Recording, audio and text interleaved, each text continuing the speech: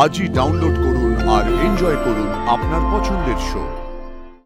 পিয়ালবনির ক্যাম্পে যে হামলা হয়েছিল সেটি পূর্ব পরিকল্পিত। নীলু, কংগ্রাচুলেশনস আমাকে মাসি করে দেওয়ার জন্য। জানি না তোর মেয়ের মুখ থেকে মাসিমণি ডাকটা শোনার সৌভাগ্য আমার হবে কিনা। ওকে আমার হয়ে অনেক আদর দিস। কিচ্ছু হবে না তোর। চল।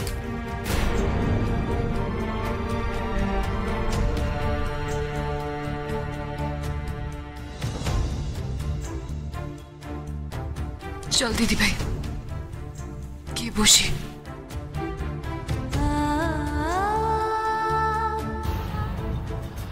ইওর অনার, আমাদের কাছে যে সমস্ত তথ্য প্রমাণ আছে তাতে স্পষ্ট বোঝা যাচ্ছে যে পিয়ালবনির ক্যাম্পে যে হামলা হয়েছিল সেটি পূর্ব পরিকল্পিত। এই ক্রান্তি ভাইয়ের অন্যান্য সমস্ত জঘন্য অপরাধমূলক কাজের মতো এটি একটি হিংসাত্মক অপরাধমূলক কাজ।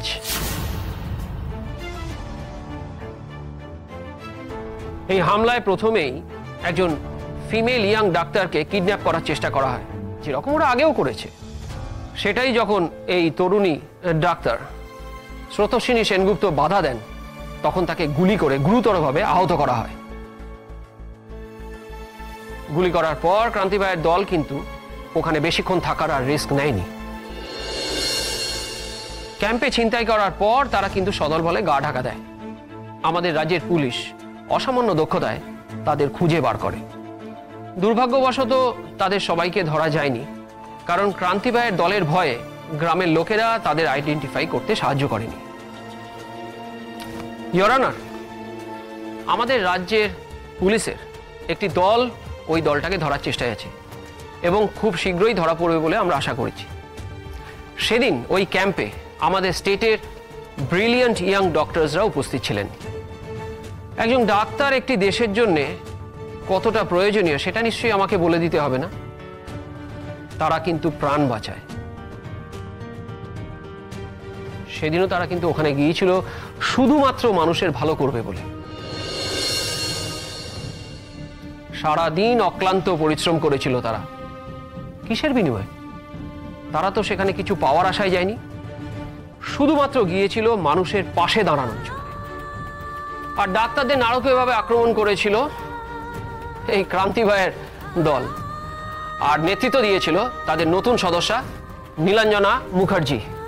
আর তারই গুলিতে গুরুতরভাবে জখম হয়েছিল স্রোতস্বিনী সেনগুপ্ত। কিন্তু ওই যে কথায় আছে, ক্রাইম নেভার পেস, আর সেটা আরেকবার সেদিন প্রমাণিত হয়েছিল। সেদিন নীলাঞ্জনা মুখার্জি যখন গুলিটা ছুঁড়েছিলেন, তখন তিনি হয়তো জানতেন না যে গুলিটা আসলে তার বোনের দিকেই যাচ্ছে।